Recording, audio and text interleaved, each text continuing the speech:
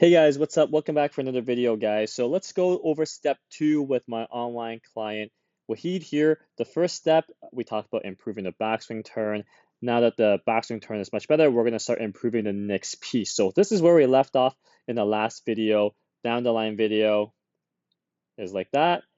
Face on video on the right is like that. So the key takeaways here are really now lower body turns centered, upper body and head moves slightly away from target as he turns, and he has tons of turn now. So he's got a much better base now compared to where he first started. If you guys haven't seen, you guys check out step 1, improving the backswing turn.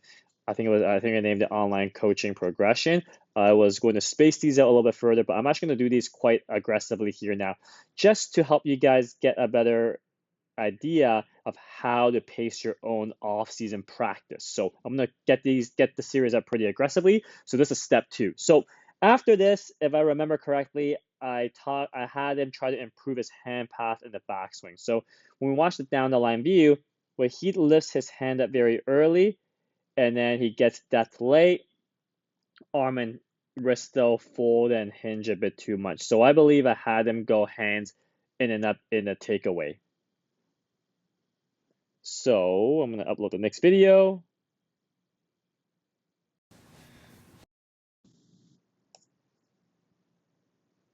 So the next step I filmed for him is trying to get his hands going in and up. So let's see what I said here.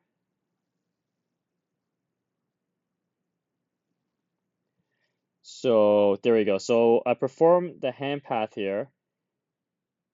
So you guys can see in a couple of the videos I've uploaded already, when we just set up, the arms are dangling and all we do is turn. The hand should go slightly low and inside to start, okay? So we want to make sure his hands go low and inside because the hands go inside with the turn, and then we go straight up as the feeling. So we don't want his hands to go away from him.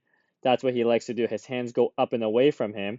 I want his hands to go low and inside and then straight up as he turns, still making sure the elbow stays in front of his rib cage. So that was a current piece for it. This is a new piece for him.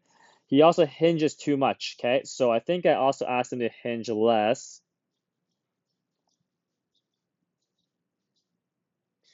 So ask him to feel zero wrist hinge. So if by feeling zero wrist hinge, his thumbs and clubs should point towards the down the line camera, not towards the target that he's currently doing. So his piece here is low and inside and then up with zero wrist hinge. That's the feeling I want him to do. So when we look at his original swing from the last piece, you can see his hands go out and up, away from his body and up, and then back. Arm folds a bit too much, and he hinges his wrist too much, okay?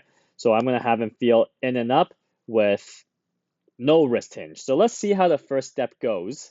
So on the right here is the first attempt that he sent me. Let's watch in normal speed.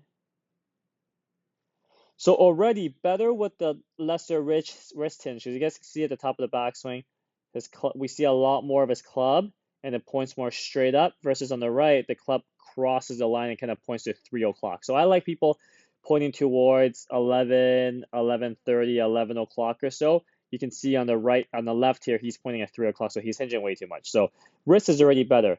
His hands still like to rise early and then goes back. So I asked him to do it again, really making sure his hands go in and then up while keeping the no wrist hinge. So let's see how he does in the next one. The next attempt he sent me, and right away it is definitely better. So not only did he get the hands to go more low and inside and then up, his hands go in and then up, but also his club is now pointing more this way, and his right arm is a lot less folded now, so which is big improvement. So you can see at the top of the backswing, his club's at 11, 11:30. His hand path was more in and then up, which is what I asked him to do. And then on the left video, which is the original video, you can see his hands kind of go away, up, and back. And then he hinges too much. His right arm is crossing the line. Club points at 3 o'clock. Okay, so if I draw a clock here, like I said on the right video, if I draw a clock, I want the club to point towards 11 o'clock, 11:30. He's pointing towards 3 o'clock here on the right. We don't want that. he will have a lot of trouble getting it back onto a good line. So we want the club to point more towards 11, 11:30, not hinging too much, and get the hand path going in and up so we don't chase depth too late. And then as a result of that, you can see the club is starting to work back down much easier. He's actually hitting a little push draw on the video on the right here, in and up. Then he comes down. Versus the video on the left, it's much more chaotic. He's crossing the line. Shaft is very steep early, and then it late shallows. So at impact, he looks kind of like that. Versus now, on the right video, because he's in a better spot at the top, the club shallows out much nicer for him, and at impact, it's a lot more structured. He's a lot more stable. Right foot is closer to the ground. He's not as hunched over. He's not as early extended. Right arm is actually somewhat slightly bent on the right versus on the left. His right arm is pretty straight. It's pretty much just about straight, but he's rotated a lot less. So a lot of improvements here. We actually do start seeing a bit of his back left leg on the right video versus the left, we don't see any leg at all. So he's definitely starting to rotate a bit more. And I have not asked him to do any downswing stuff up to this point. All I've had him do is improve his hand path in the backswing on the right, improve the top of the backswing position so that things will react in a more positive fashion, okay? So as a result, contact and ball flight is much more predictable and much more wanted. Ball flight on the left is a little chaotic. Contact's also chaotic too because of just how chaotic, for a lack of a better word, the transition is from this spot versus the transition on the right spot. So I hope that helps, guys. This is step 2. For him, we improved the hand path after we improved the turn. Let's see if I can sync this up for you guys here. That's the start. That's the start. Let's see if this works this time. Very different pace there, guys. But you can see much more. Let me see if I can sync it back up again. That's the video on the right.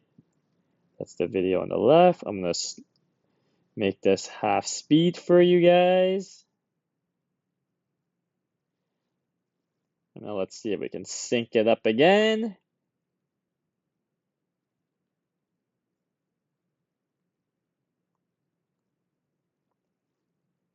Bear with me, guys. I thought I synced it up. Okay. If I press this, it should sync up. I guess it doesn't want to sync up as a half speed video. Okay, let me bring it back to normal speed, guys. Excuse this. I'm still fiddling my way around this app here. Let's try it one more time. Sync this up, play it together. You can see much better pacing of the backswing turn. Things are moving much more together on the right. Hands in and up as he turns. The body is actually in sync with the arm movement now. The video on the left, the arms move more on its own. So in and up on the right, no wrist hinge in a much better spot at the top. And then much quieter transition. Video on the left, much more chaotic. And as a result, much more chaotic downswing. So play it one more time. Very different pacing, but much better result and much more structure and foundation on the right here. So hope that helps, guys. Step 2, we're going to improve the hand path with Wahid here. Let's see what the next video brings on the next video to help you guys plot this along if you guys are playing along here. But hope that helps. Any questions, leave in the comments below, and we'll catch you guys next time. Thanks, guys.